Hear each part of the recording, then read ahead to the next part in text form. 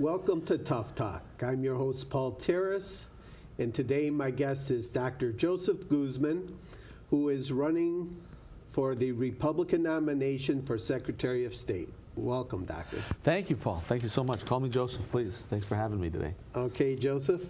So first off, why don't you tell the viewers how the Republicans come to select a candidate for Secretary of State?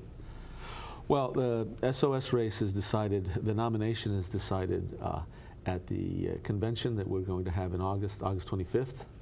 We'll be voting for precinct delegates along with the primary election in the beginning of August, and then there will be county conventions across the state where those successful precinct delegates will then be sorted down to the allocation of each county, and those counties will choose who will represent them at the state convention, August is going to be a busy month for us. And then August 25th, we have that wonderful convention where we'll have a decision. Okay, so the delegates to the state Republican convention pick the Secretary of State. That's correct. And they also pick other offices, as I believe the Lieutenant Governor, Attorney General. That's correct. The Supreme Court nominees. So, okay. Why don't you tell the viewers a little bit about your background? Yeah, I teach at Michigan State. I've taught there for the last 7 years. I have spent about equal parts of my career as an engineer, as a government manager, and as a professor. I started out in engineering. I got a bachelor's in mechanical engineering from Arizona and also an MBA. And I had a great time being an engineer. I worked at Westinghouse Nuclear, and then I also worked at Hughes Space and Comm, which is now Raytheon. But I figured out early in my life that I thought technology was a lot of fun, and I still miss it, but the real problems that we need to solve are people problems and problems in good governance. So I dedicated myself to studying economics and policy. So I went to Stanford Business School and got a PhD in economic analysis and policy, along with some other master's degrees in statistics and business research along the way. And I went to Georgetown in DC, taught at Georgetown, and I joined the think tanks, and I was there for a few years. I was really fortunate to have the opportunity to run biometrics. After doing some related research, I was invited to be the policy director for the biometrics office in the Department of Defense. And it wasn't long before I was the deputy director and then the director. That was a tremendous task. We had an office that really had to start up from scratch. We went from just a few million to a couple hundred million in the time I was there.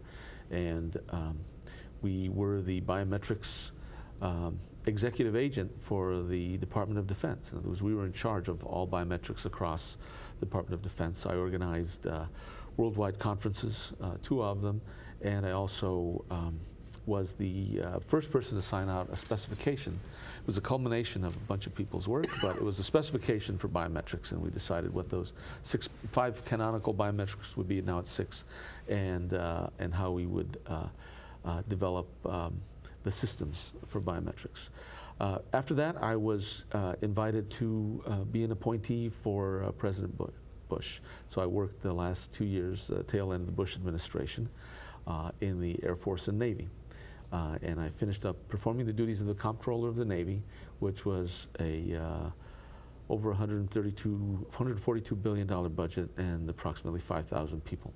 So it was a tremendous experience. And we came along to moving from Northern Virginia, outside of DC, to Michigan after the Bush administration. Our children were reaching college age, and we looked at a couple things and turned down a couple things, but Michigan State came knocking at just the right time. The state of Michigan came knocking at just the right time. And so I'm proud to say now that in our family history, we have a degree from Michigan State and a degree from U of M as well. So Are you originally from Michigan?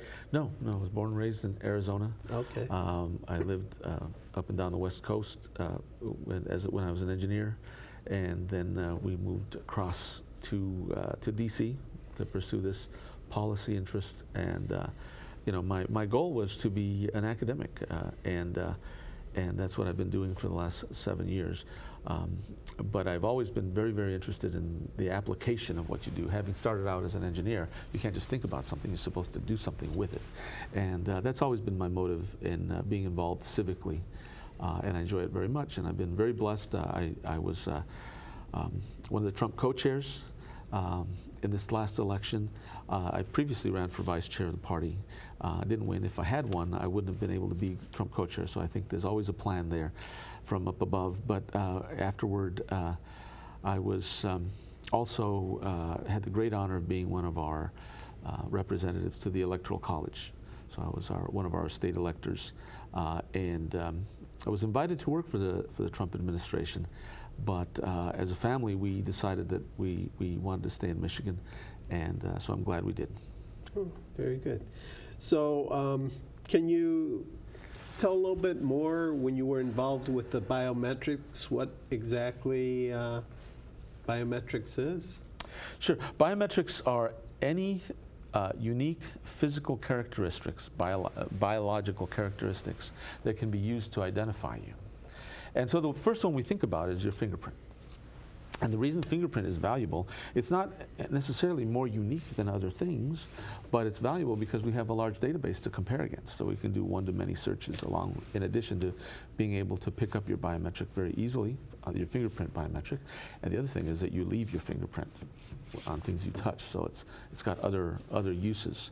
But other biometrics include DNA, iris, face identification, which we call them mugshot at 3 angles. That's what we specified for the DoD, and of course voice. So there's others. There's endless. Finger vein is being used now, and palm prints, and but there anything that can be used to uniquely identify you. But the real power in biometrics is when you have large databases to compare against. Okay. So now what made you decide you want to run for Secretary of State? Well, I have I think an interest in service. I have a heart for service. When we were in Virginia, I was twice elected to the school board as a Republican endorsed candidate. I defeated the sitting president of the State School Board Association. I was also twice appointed through the legislature to state committees. I was the Virginia delegate to the Education Commission of the states. It's a national organization that sends only 2 people from each state, and we study education issues. And I was also on the board of the DBHDS, Department of Behavioral Health and Developmental Services, which is the largest single budget line item in Virginia. I've been very involved in politics ever since I finished up my PhD. And here in Michigan, I've been involved in the ways that I've described, and also in community activities. And so when we decided not to not to accept the position in DC, this became something that was possible, and we decided to go for it. Okay. What are some of the responsibilities of Secretary of State? Well, it's a huge position, and basically you can break it down into 3 major dimensions. First, you are the Chief Elections Officer of the state. You're the Chief Motor Vehicles Officer of the state, and you're keeper of the Great Seal, and the lead for the Notary Corps. Which implies a lot for the integrity of state government and also the integrity of contracts in the state. So that 3rd category is broad, but the other 2 are I guess easy to see. As Chief Elections Officer, I think the one thing we need to do is to make sure that we have full confidence in our election system. We have to have an election system that inspires everyone's confidence. And people, in a democracy, having a consensus is very, very important. And understanding that consensus is based on the will of the people and not on the whims of error is very important. So we need to have an election system we have full confidence in. And as Republicans, I would say this is not something that favors either party. It's good for the state to improve our election systems. Our prior Secretary of State has done a fantastic job on multiple levels, but we can't rest on what's been done in the past, or we'll fall behind if we think we're standing still. We have to move forward and move ahead and address the problems of the day, and that's one of the most important ones. What, if anything, do you see we can improve on regarding elections? So if we look at our election systems, one of the ways I break it down is I want to make sure that everyone who should vote can vote, and they can do that with ease. Everyone who shouldn't vote should find it extremely, extremely difficult. And we should have processes that are buttoned down, that we understand how effective they are. We need to move away from rhetoric. There's a lot of talk about our election systems, and with the 2016 elections, we know we could not conduct an audit in Detroit, and we owe a debt of gratitude to Jill Stein for helping us realize that.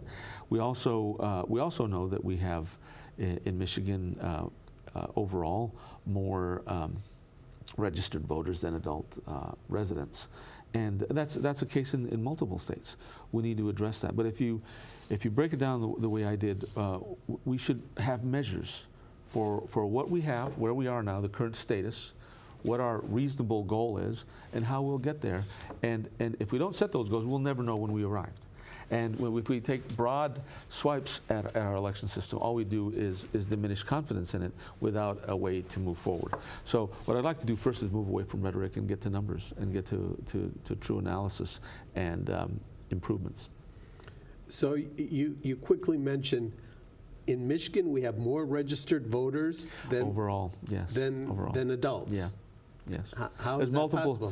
There's multiple sources of that data, and you can look at there's several counties. I won't name them now, but that data is well sourced. Okay. Kind of scary. Yeah, it is. But there's ways to address it, and that's why I say let's look at solutions, not only the problem. Let's raise problems with solutions. Okay. Do you have any solutions? Yeah, we have multiple solutions. So one of the things is in terms of illicit voting or illegal voting, one of the biggest sources, the organizations that study these things know that the biggest source is the absentee system. Okay, right now it's possible to request, receive, fill out, return, and have an absentee ballot counted without ever presenting yourself. Signatures are looked at, but they're literally looked at. In other words, throughout the counties, the offices that look at them, the different clerks' offices, have people look at these visually and attempt to verify signatures. But I can guarantee you that after a few dozen of these, your effectiveness might go down, and you're requiring or relying on a human operator. So one of the things I'd like to do is go to digital verification. That's a biometric. Okay, we can digitally verify whether this signature properly resembles the signature for sign out resembles what we have on record, and the signature that's returned with sufficiently resembles the other two. The other thing that would do if we and it'd be relatively straightforward to institute a digital verification system, but if the other thing that would do also is if you had on the side, if you had a standard for writing, if you put just write these 4 letters, then you could also see if there is too much similarity between one absentee ballot and others. You could look into these things. Now, this is not to make it any harder for anybody to vote. So if there's an issue with, sometimes I write my signature, I put my signature down, and the next one doesn't resemble it that much. So I'd expect to get a call. I say, Dr. Guzman, did you submit an absentee ballot? And I'll say, yea, verily, I did. Mm-hmm. And then there's no issue. But one of the things that this would do going to digital verification, it would begin to make people think twice about whether they're going to try to cheat the system and how they'll go about it. So I'd like to think of these moves as not just moves that we would make that would result in penalties, but they would prevent issues from arising before they're a problem. Okay. I want to tell you a little story about, I was a poll watcher back in 2010. And I was at the Pontiac absentee ballot location, and I spent 24 hours straight there. God bless you. Thank you for your service. Watching them count all, process all the absentee ballots. But it was probably about 2 in the morning, and one of the young women, she was trying to do a very good job, and you knew how many ballots you had per precinct, and when you ran them through the machine, that count was supposed to match up with the count you had before you ran them through. And she was short by about 30 votes. And so she went to the precinct captain and mentioned that to her. She didn't get a response.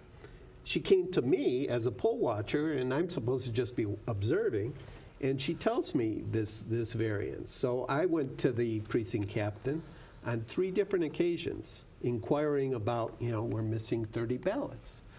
And the third time, first 2 times she just walked away, didn't say a word to me. Third time she says, I heard you the first 2 times, I just chose to ignore you. And that attitude, I just felt, should not be in right. As a precinct captain especially. Maybe a half hour to an hour later, we did find those 30 missing ballots. They got counted. Was there a reasonable explanation for why they were? They were just why they strayed? They were just misplaced, is what they said. But then throughout the evening, the precinct captain was telling me, well, you can go home and I'll email you, or she said, I'll call you with the results. And, as a CPA, I knew that defeats all purpose. That's not how you do it, yeah. Right. So I stayed till 7 the next morning, Wednesday morning. But it was a kind of a shock to see that, just kind of the attitude of the precinct captain. I was kind of... Well, I've heard around the state dozens of anecdotes that sound similar of, let's just, without lack of a better term, careless handling. That's what Detroit was ultimately attributed to. But I'd like to see the SOS office more involved in those things. So if we have an issue, and if there's, for example, irregular ballots, I think we should take them to the Secretary of State. There's other means of verification that we can utilize that we don't now, and we'd like to break down the processes and make sure that the handling is very, very carefully managed, because it's important. It's priceless, actually. Determining accurately what the will of the people is the most important thing in a democracy. Mm-hmm. You're absolutely right. Any other ideas of safeguarding our elections? We've got plenty. So right now we have expired registrations, you might call them that. You've got voters that that don't go off the rolls. They should be going off the rolls. One of the things we can do to address that, and we'd have to look at all implications here, because you have to be very mindful of any downside. But one of the things we can do to address that is to allow, and this is an idea that came again from getting around and listening to folks, is that why don't we let the voting registration expire when your driver's license expires? So when you renew it, it's renewed again. And that way we don't have people who should be coming off the rolls staying on.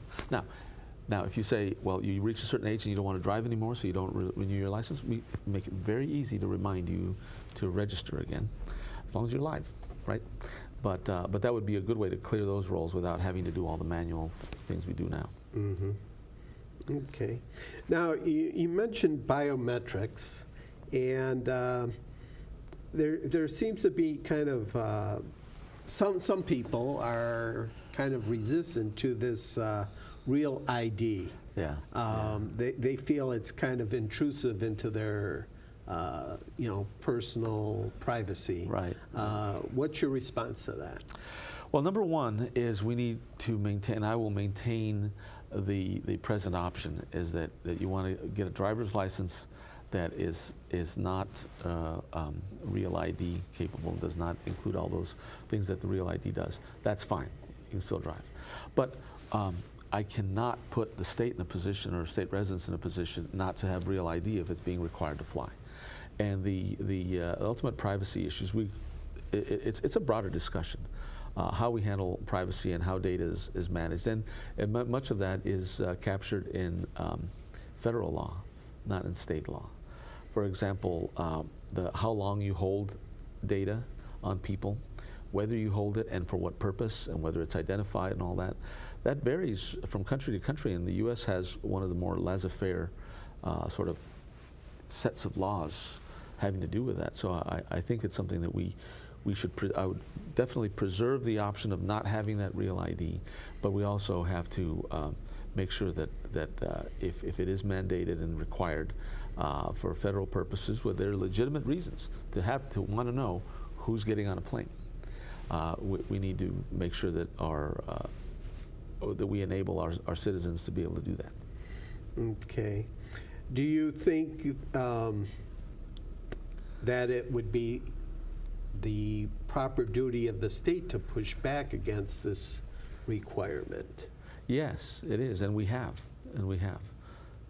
But I think that the ultimate solution is the national legislation.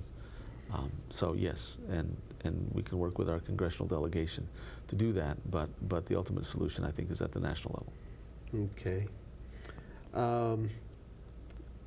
Now, the Real ID, can you tell the viewers exactly, what data is being stored there in the Real ID? So when I was in, let me see if I have my, when I was in the DOD, we helped identify, and actually we used to call it real estate, the information that was going to be captured in the, I don't have one of those with a chip in it, with the old chip. The information that was meant to be captured on those chips, and it's a few K of information.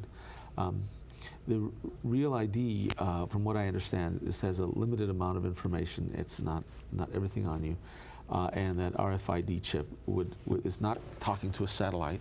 You'd have to be near a reader, to within a few feet of proximity of a reader, in order for it to be picked up. But it does have personal information on it. So. Okay. Now,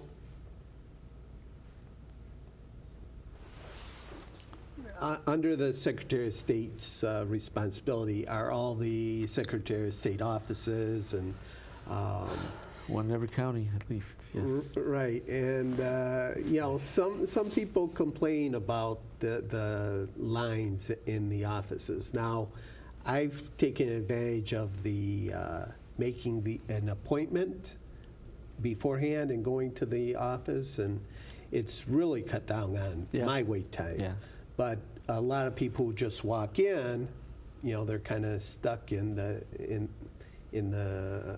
queue, waiting to sneak in between these people who have made their appointments. Do you have any ideas on how to reduce the wait time?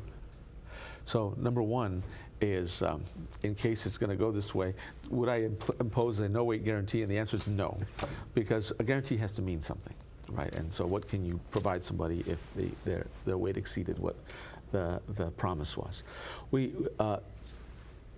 Secretary Johnson has done a very good job of bringing forward technologies and introducing them into that process, and that queuing system that you refer to is one of those.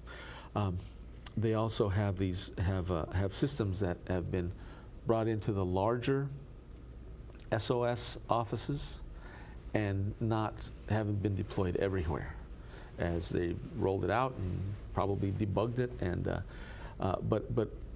so one of the things we have is some inconsistency, one place to another. So some might expect a lower weight because they're hearing about these lower weights, and then it's the same or worse. So what we're in the process of now with the SOS offices is rolling them out further, and I would do the same, and that is make sure that we have the same technology everywhere, especially in the offices, in the actual office that we have. But the other thing is, I would like to make sure we know what that expectation is, and we set that expectation so it's not disappointed. In other words, let's know what those weights are, and publish them, and grade our offices on the weights, and figure out where the improvements could be made in the process. I've walked through the system where you walk in, not using the enhanced technology, but when you walk in, and we're doing it in a way that's been done for a very, very, very long time. I think it calls for a review of how we can improve that system and take actual measures of where we are and where how much we're able to improve on our wait times. I'd like to really know. But what I see now and what I understand is that there's mostly variation from office to office depending on how much technology has been deployed. Okay. Is there anything else that you want to say very quickly? We're almost out of time. Are we out of time? Yeah, No yeah. kidding. So I want to say that voting is the most important thing that the Secretary of State can assure, because without doing that well, we cannot have the luxury of doing the other things. And right now, our voting system is under threat. The SOS office, the Republican SOS candidate will be running against a very well-funded and very radical Democrat that will be running for this office as well. And she's well-groomed for the office. What we have to do is realize also that we have another way that our voting system is under threat, and that is with this initiative that's going to be on the ballot, and that is Voters Not Politicians, this anti-gerrymandering issue that I think is a complete grab at our redistricting system, and it would have very bad consequences for our districts, and also for the Office of Secretary of State, which would be managing that. So our vote is the most important thing we need to think about, and my job and my goal and what I will deliver on is making sure that we all have full confidence in the integrity of our vote. Okay, well, with that, we'll leave it, and I want to thank you Thanks so much for having me. It was a real pleasure. And wish you luck. Thanks. Thank you.